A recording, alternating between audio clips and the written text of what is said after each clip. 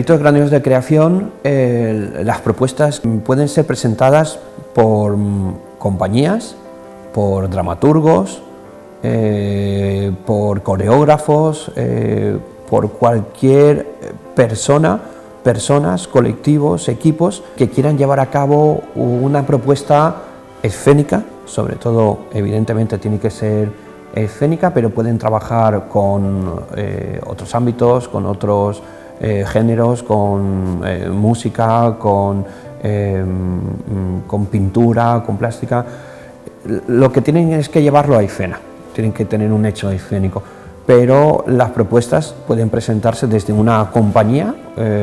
hasta un unipersonal, un creador, tanto de danza como de circo, como de música, como de teatro. El único condicionante es que